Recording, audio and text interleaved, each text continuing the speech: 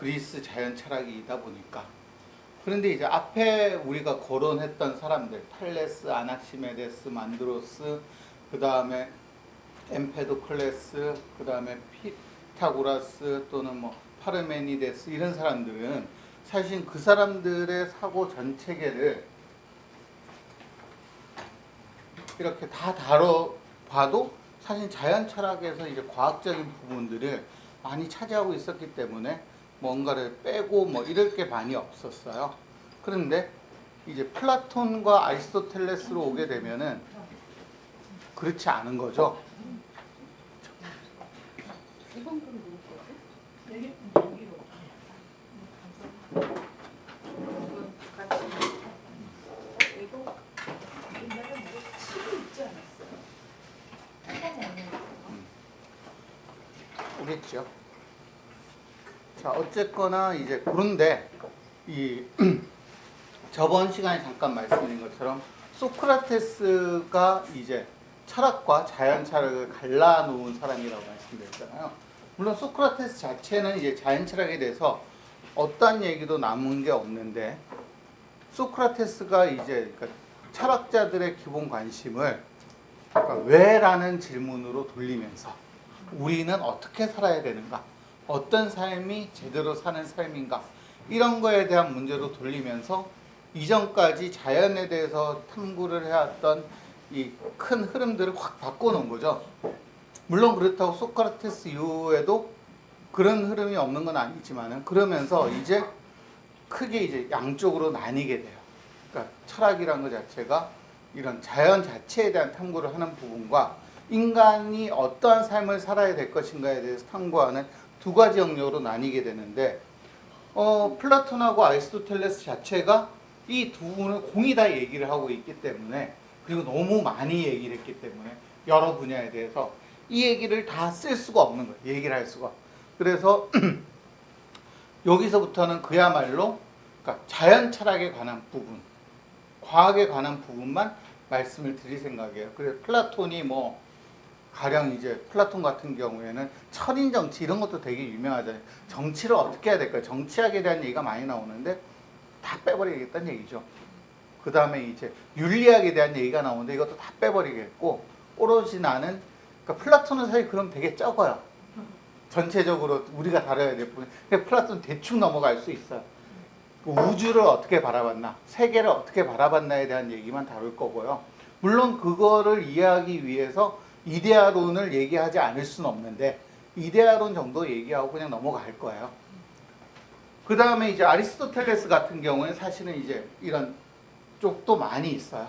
그런데 많이 있는데 이제 아리스토텔레스 나중에 말씀드리겠지만 크게 한 세 부분으로 나눠 보자면은 그 중에서 실천 철학에 관한 부분은 좀 많이 빼고 넘어가겠다라는 얘기를 드리고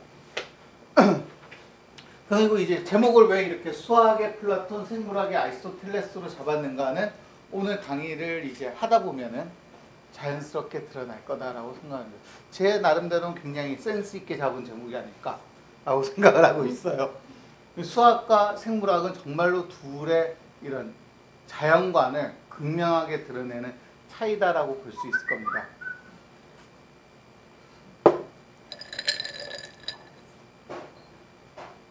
그런데 이제 먼저 소크라테스부터 잠깐 얘기를 하고 넘어갈게요. 어차피 플라톤의 스승이기도 하고 이때부터 바뀌었으니까. 자, 근데 이거는 이제 소크라테스 자체에 대한 얘기보다는 이제 그 당시 그리스 상황에 대한 얘기가 될 거예요. 이제 아까 말씀드린 거 이제 저번 시간에 말씀드렸었죠.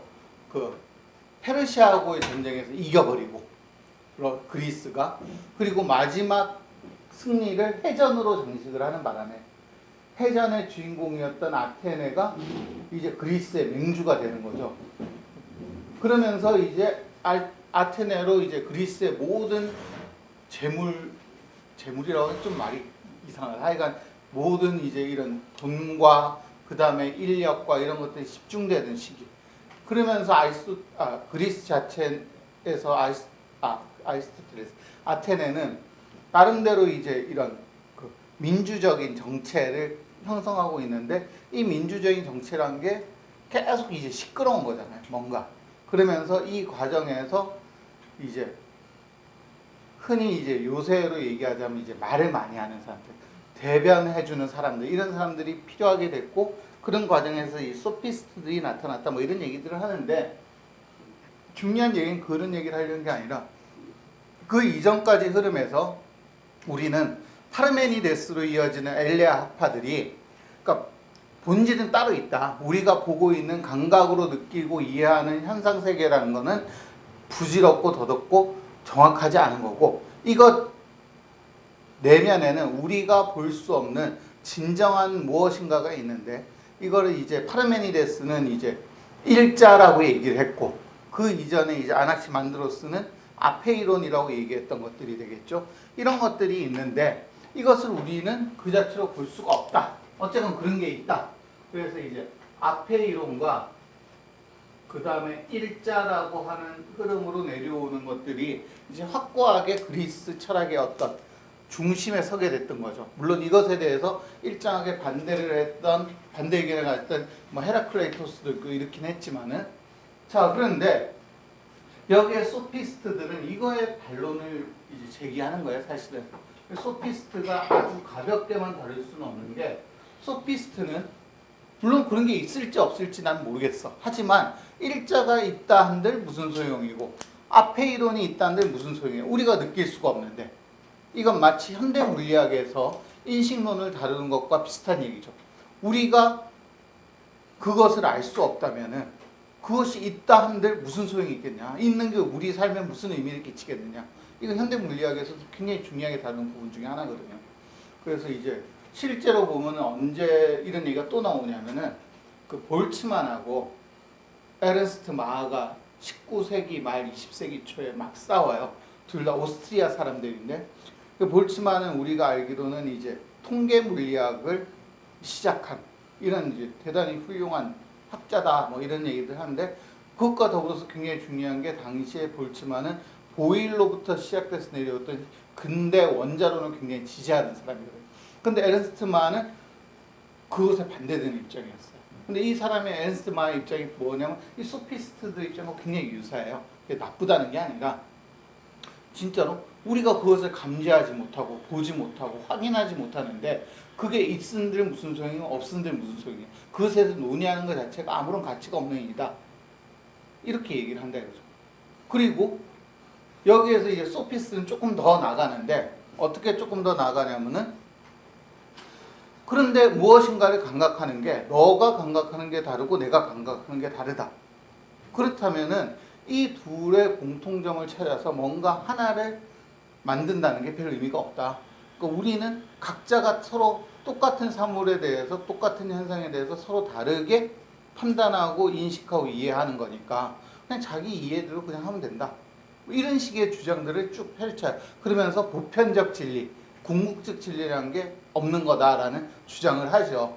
뭐 그러면서 이제 궤변들이 막 나오기 시작하는 거죠. 기본의 전제가 이렇게 깔려 있었으니까.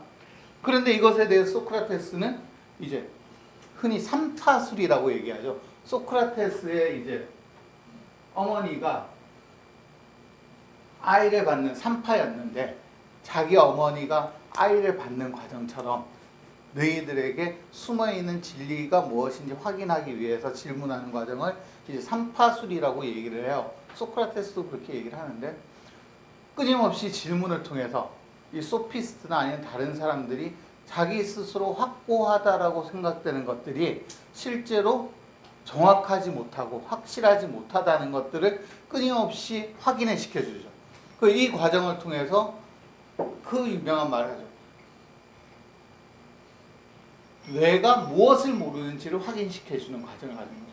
자, 그래서 그러니까 가장 유명한 얘기가 그잖아요. 너 자신을 알라 이렇게 얘기하는데, 너 자신을 알라는 거는 사실은 이제 우리가 저번 강의에 탈레스가 했던 얘기다. 사실 이런 얘기도 하고, 그 다음에 신전의 어느 기퉁이에 쓰여졌던 얘기다. 이런 얘기도 하는데, 여기서 중요한 건 너 자신을 알라보다 사실은 소크라테스 더 중요한 거는 우리가 무엇을 모르는지를 알자 라는 게 더 중요한 것 같아요. 끊임없이 질문을 통해서 우리가 무엇을 모르는지를 확인하는 과정. 근데 무엇을 모르는지 안다는 것은 이제 실제로는 그 이후에 그것에 대한 해답을 확인해 볼 수 있는 또는 어디서부터 출발해야 되는지 해답을 찾기 위해서 이런 과정이기 때문에 이제 조계 이제 기초도 중요하다 이런 얘기를 하는 건데 중요한 거는 소크라테스는 그런데 그래서 궁극적인 진리가 있긴 있을 건데 그것이 무엇인지 얘기해 주진 않아요. 소크라테스 그것을 이제 궁구하다가 죽은 건지 아니면 알고 있었는데 얘기를 안 했는지는 모르지만 소크라테스가 직접 남긴 글이 하나도 없잖아요. 전부 다 이제 플라톤이 쓴 글 속에서 나오는데 플라톤의 초기 저작에 있는 얘기들 중에 소크라테스를 주인공으로 한 얘기는 대부분 소크라테스가 한 말이 많을 거다.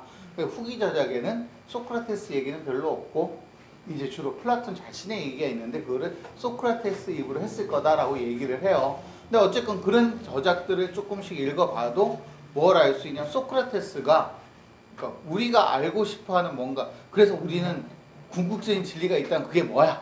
라고 했을 때 그거를 알려주지는 않는다 이거죠. 다만 우리가 어떻게 살아야 될 건가에 대한 윤리적인 얘기들을 많이 해요. 소크라테스 준 것도 이제 그런 윤리적인 실천 중에 하나니까. 근데 어쨌건 이 소크라테스가 이렇게